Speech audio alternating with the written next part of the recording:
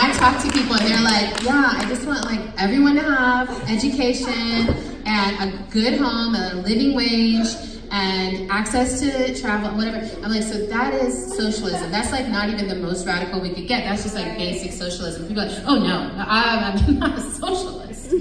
I'm something else. And then they insert some other word they just made up for that exact same politic, right? So you're probably a socialist. You should be an anti-capitalist. You should definitely be an abolitionist. These are just some like basics that also go along with being an environmental justice warrior, environmental justice person. Is like actually to get in right relationship with the planet, we have to get in right relationship with each other in those particular ways. So what we have to be vigilant about now is that our desperation and our capitalism training don't tear us apart, right? So that we don't get into a conversation where the whole time we're listening to someone tell us about the pain of their community, that we're waiting for that moment we can jump in and be like, okay, but did you hear how fucked up ours is though? Because ours is pretty fucked up. We're the number one most fucked up, actually. Who cares? I don't.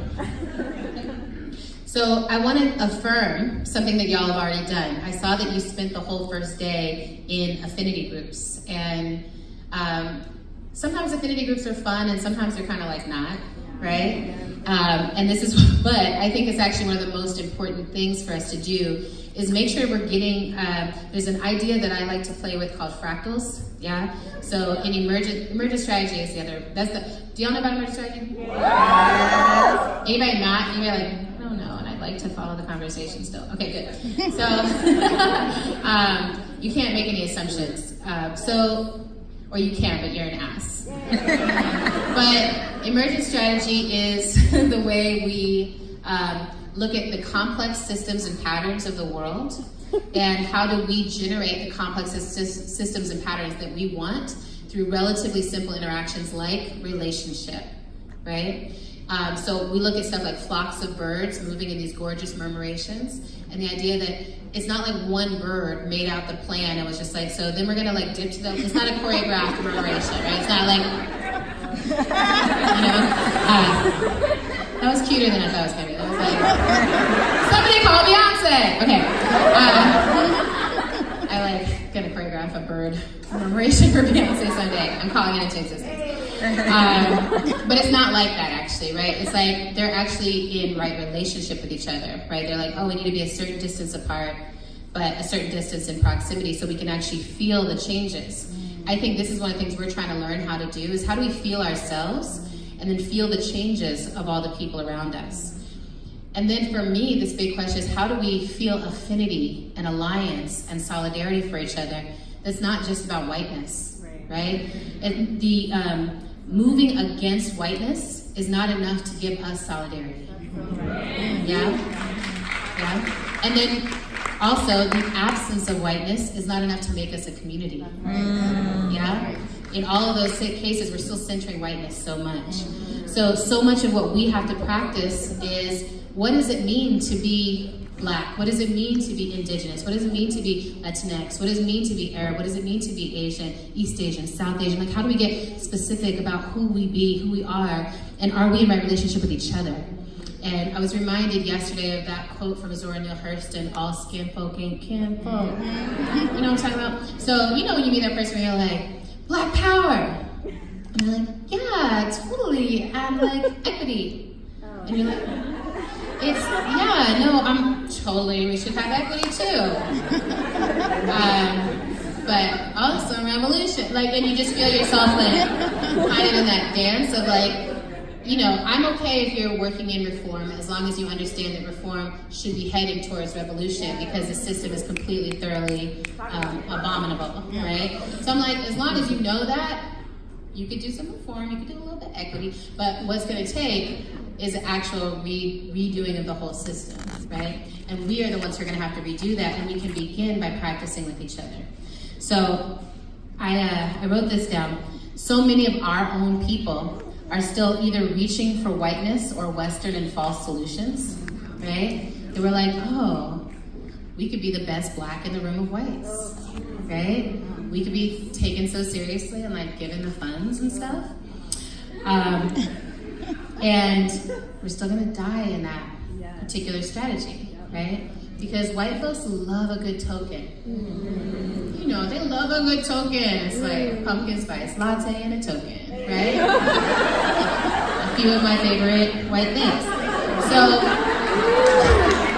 okay? So we have to work with each other to subvert that. And actually, you know, I have a lot of really woke, righteous, dope-ass white people in my life, and the reason they get to be in my life is because they don't see me that way, because I don't let them see me that way, and I invite them to take leadership from me, right? I'm like, you can be my friend, but you have to actually listen to me like you would listen to, you know, Idris Elba. Hey. I just, white people love Idris Elba, you know. Also, he's my birthday twin, so I'm just like, you're like I'm one step removed, basically. I'm basically Idris Elba. I'm working on my Idris Elba belly. It's so good. All right. So then this other piece I wanted to talk about is shared trauma, because a lot of times we think that shared trauma makes us a community. And I see this when I go into, you know, for me, I mostly work in Black liberation spaces. Most of my work is actually facilitating Black liberation movements. So I've done a lot of work with BYP 100, with the Movement for Black Lives, with Black Lives Matter, and with Black Organizing for Leadership and Dignity. And in those spaces, often I see folks coming together, and the way that we're even defining our Blackness is slavery, right? Is Jim Crow, right? Is every single day something is trying to kill me. And I'm like, okay, like we do have that shared trauma, but if that is where we are locating ourselves and locating our solidarity, it's never gonna be the right texture to hold us together. There's gotta be a texture that is deeper and more solid and not based in pain, because hopefully we heal from the trauma, right?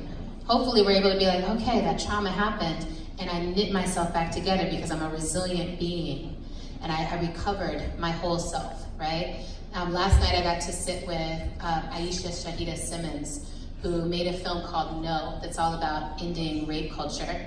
And then now she's working on a book called Love with Accountability, that's about ending childhood sexual abuse. And I was talking to her about how these things are so prevalent in our communities, that there's such patterns. It's an epidemic in our communities that we cause each other this trauma. So outside of even the fact that the climate is happening, the stuff is happening with the climate, we damage our children. We damage each other in these ways. And I think it's related to our disrespect of the earth, right? Like if you don't recognize that we live on this gorgeous, miraculous planet, then you might not recognize that each of the people on it is made of that same stardust, miraculous material that could never be recreated.